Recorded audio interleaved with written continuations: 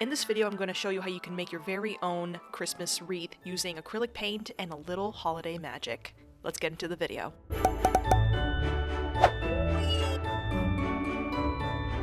Hello my gorgeous, beautiful, wonderful queen bees. It is your girl Amanda, the Buzzed Artist, and welcome back to my channel. Ladies and gentlemen, we have now arrived to the most wonderful time of the year, the holiday season, and I'm so excited to be getting into the Christmas mood with this beautiful, gorgeous little wreath.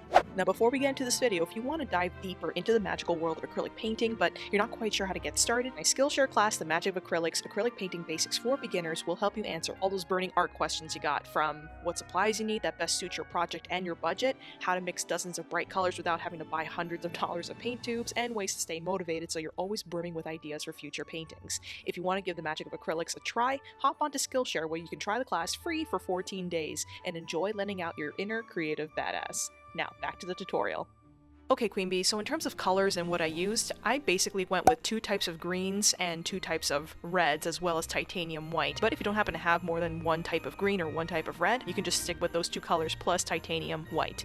Now, prior to actually painting, I wanted to give you a few demonstrations on how to create various fir branches and what that looks like, because we'll basically be repeating that pattern over and over and over again with this wreath. So the first orientation of the fir branch is a straight line with the needles all pointing downwards. If you just think about a fir branch that's pointing downwards, all the needles are going to point downwards as well. If you were to take that fir branch and bend it, say, to the right, you'll notice that all the pine needles will follow that same curvature. So when you are painting and it's curving to the right, all of the pine needles are going to want to curve to the right on both sides.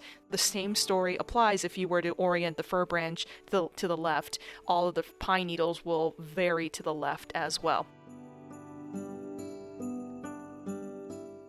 So we're going to start by making a circle on our multimedia paper, which I used here, or you can opt to use a canvas as well. It's totally up to you how you would like to do this. I made sure that the circle itself wasn't so big that it almost touched the edges of the paper. You need to leave at least like 3 inches of clearance from all the edges so you can really branch out literally with your fir branches. And I'm going to grab my number 1/0 detail round brush for this. That's going to be our main player for this tutorial. And I'm going to start making the first branches. I'm using my darker green color for this, and I'm following along the edges of the circle itself. And I flare out every once in a while, which I think really helps make this authentic and not look like just a pure circle. Like, some follow along the perimeter of the circle, others kind of veer off the circle itself.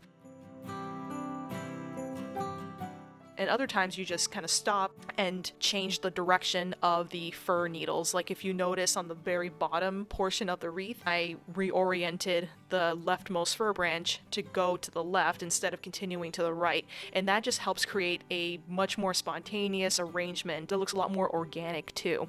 So keep that in mind as you're putting this together as well. And once you kind of have an all-encompassing wreath with a darker green, I went ahead and repeated the same process using a lighter green. If you don't have another green, just be sure to combine the green that you have with some white, and that'll help you get a nice varied color. And I just repeated the same exact process, and I varied the direction and orientation of those fir branches. This is where it gets really fun too, because you can really play around with your brush and really get creative with this. The whole trick to doing fir branches is just light pressure. You want to make sure that your brush is nice and wet and loaded with paint, and you're applying a nice gentle pressure, especially when you hit the tip of that branch, so you get that nice pointed tip. And you'll notice too that I went back and forth with the dark green, adding more fir branches and different orientations as I went along. This is totally allowed. You can totally go back and forth on your colors as you are developing this. And once you kind of have that to your liking, it's now time to put in the holly berries, which I really, really love. And once again, you can kind of vary the berries in clusters. So I took my red, and using the same detail round brush, I just chose different areas to put the clusters, either on the inside portion of the wreath or on the outside portion of the wreath. And I did that several times, going all around the wreath itself. Now, I wouldn't go too crazy with putting too many holly berries. You can just find little clusters and add little bits at a time. Don't go too hard, too fast with this. Once you have your holly berries, you're just going to want to put the stems of the holly berries. So you're just going to combine your red and your green together to make that brown stem color. Again, using your detail round brush, you're going to connect those dots together, make those clusters look like they're coming out from a stem. It's actually super magical when you do it this way. And at this point, you can go ahead and add even more berries, which I did over here. And as I added more berries, I added a little bit more stems here and there as well. You just want to keep on adding as you go, because by now you know all the strokes. You know exactly what you have to do. So if you feel like you want to add another little branch here and there, go for it. This is totally your painting and your creation.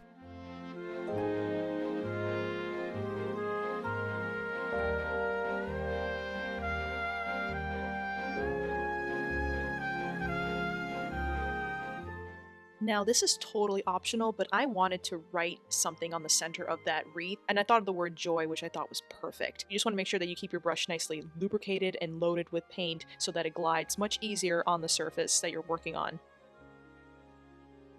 Once you're done with that, it's time to add little bits of snow onto our wreath. All I simply did was take a 3/4 inch flat wash brush, or just a brush that has a lot of surface area to it, and dipped it in a lot of water with just a little bit of white acrylic paint. And I basically just bent the bristles back and released. That creates a flicking motion that will flick the paint onto the wreath. It creates this really beautiful snow-like effect on your wreath, and I absolutely love it. And then just to top it off, I added a few extra tints of titanium white on top of the holly berries to give it that highlight. And once you've done that, you have yourself a beautiful Christmas wreath. This is a really cool design that you can either put on cards, that you can paint on other surfaces, you can add a background to this. I just wanted to show you guys how you put it together so that you can apply it to various aspects of your decor or your gift giving this year. I know this year in particular has been very crazy, but just having little pockets of happiness and gift giving and being kind to one another is so important, and we do need to remember to be kind to one another. I hope you all enjoyed this video. If you liked it, please be sure to like this video and to subscribe to my channel. Hit that like button, you know what to do, so that you can see more videos like this from me to you in the future. I hope this gives you just a little bit of holiday joy as you begin preparing for the Christmas season. Love you all, and I'll see you all next time.